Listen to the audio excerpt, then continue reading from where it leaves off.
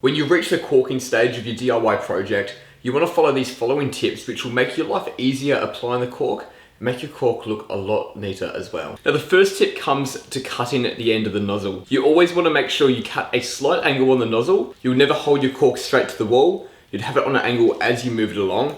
And you want this nozzle to be cut so that's a flat surface against the wall. You want that angle to be cut close to the end of the nozzle as well, so that only a small amount of caulk comes out at once. With that nozzle cut, I'm gonna put it into my caulking gun. And what I'm gonna do is, with the top of the caulking gun, I'm gonna position this with the angle, so every time I pick up my gun, I know I'm gonna be caulking it that way. The long point of the angle is at the top, so that smooth flat surface is where my hand is now. And I know this is the way I wanna caulk it every time. Every time you open a new tube of caulk and cut a new nozzle, I'd always recommend doing a few practice runs on a bit of cardboard or off-cut timber. If you cut the tip of your nozzle ever so slightly, the caulk will come out in a different way. Doing these practice runs calibrates you with understanding how the caulk is coming out of this specific nozzle. I'm now going to apply some caulk to my workpiece. When using one of these levered guns especially, there's two things that you need to keep in mind. You want to keep that run going consistently. You want to hold that trigger down. As soon as tension starts to release, just keep that tension going with the trigger. When you're coming close to the end of your caulk,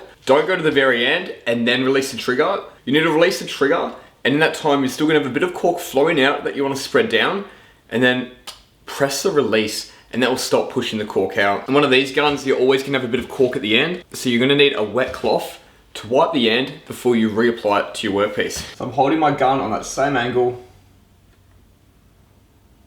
I stopped about halfway there as I couldn't get my angle anymore. I'm now gonna wipe the end of my nozzle, re-straighten that angle up, and I'm gonna start from that bottom so I can have that nozzle flat with the wall.